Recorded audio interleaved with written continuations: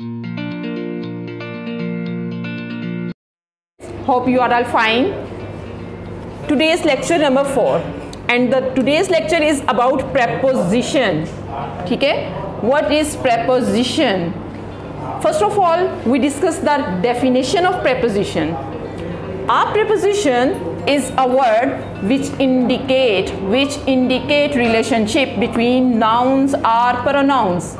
Preposition ऐसा word होता है जो कि नाउन्स और प्रोनाउंस को आपस में ताल्लुक जोड़ने के लिए यूज़ होता है। जैसे हम उर्दू में डिफरेंट वर्ड यूज़ करते हैं, अल्फाज में, से, पर, को, तक, ये हर्फ़े जार होते हैं, लेकिन जब हम इनको इंग्लिश में कन्वर्ट करते हैं तो ये प्रेपोजिशन हो जाते हैं। जैसे कि some prepositions are in, for, at, to, of, from, on, under, over, above, etcetera etcetera. आज हम जिस पे बात करेंगे, जिस प्रेपोजिशन को लेके हम उसकी डिटेल जानेंगे, वो है इन। तो फर्स्ट ऑफ ऑल इन का मीनिंग क्या है? इन का मीनिंग है में, ये चीज़ इस में है, ये चीज़ इस जगह में है। ठीक है, तो इसकी ये मुख्तलिफ हालतों में यूज़ होता है। जैसे कि फर्स्ट ऑफ ऑल हमने लिया कि ये ख़ास जगह पर भी यूज़ होता है, ये ख़ास मुकाम को शो करने के लिए भी यूज़ होता है। एग्जाम्पल के तौर पर ही लिव्स इन लाहौर, यहाँ पे हास, यहाँ पे मुकाम या इलाके को शो किया है और वहाँ पे हमने इन लगा दिया है। इसके बाद he put the letter in his pocket, इसका मतलब ये है कि ये हास जगह पे उसने लेटर जो है वो अपना रखा। अब सेकंड किस जगह पे इन यूज़ कर सकते हैं? हालात में। ठीक है, कुछ हमारे साथ ऐसे हालात पेश आ जाते हैं जैसे कि पॉवर्टी है, जैसे कि रिचनेस है, इसी तरह different. He was living in poverty, वो गुर्बत में ज़िंदगी गुजार रहा था। ठीक है, तो यहाँ पे इन यूज़ हो गया हालात को शो करने के लिए। नेक्स्ट इन यूज़ करेंगे हम जहनी जिस्मानी हालत में। जहनी या जिस्मानी हालत को शो करने के लिए भी हम इन प्रेपोजिशन यूज़ करते हैं। ही इज़ इन ग्रेट डिस्ट्रेस, वो एक बहुत ज़्यादा परेशानी की हालत में है। नेक्स्ट इन यूज़ हो रहा है वक्त को शो करने के लिए। ठीक है, डिफरेंट हालतों में अब आ गया वक्त। ही अराइव्ड इन द इवनिंग, यहाँ पे इन यूज़ हो गया वक्त को शो करने के लिए कि शाम के वक्त वो पहुँचा। अब इन जो है वैसे अगर हम यहाँ देखें तो से के मीनिंग में भी देगा या वजह से, इस वजह से ये काम हुआ, लेकिन जब हम इनको हम ट्रांसलेट करेंगे तो वहाँ पे इन यूज़ करेंगे।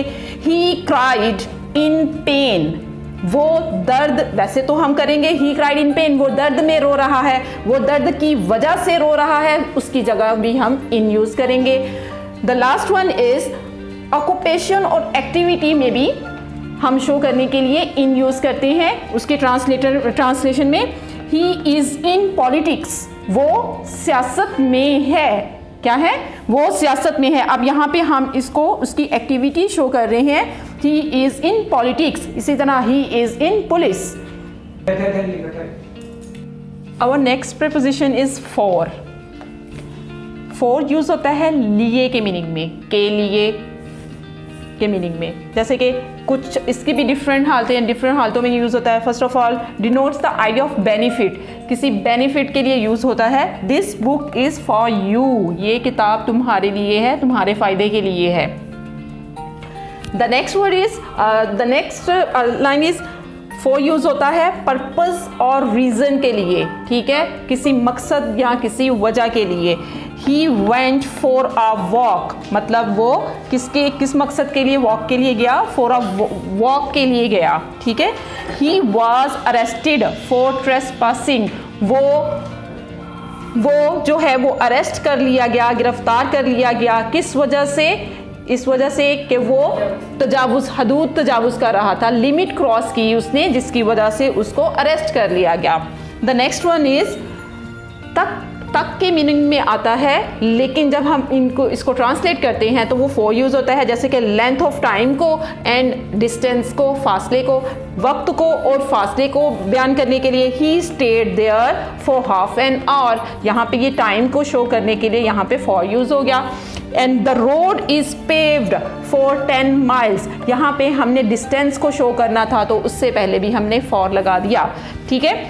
द नेक्स्ट वन इज बदले या इवज के लिए, किसी से कोई चीज़ के बदले एक्सचेंज करने के लिए किसी चीज़ को, जैसे कि he bought this pen for 50 rupees, उसने ये पेन जो है वो जो है 50 रुपए के बदले में खरीदा या इवज खरीदा।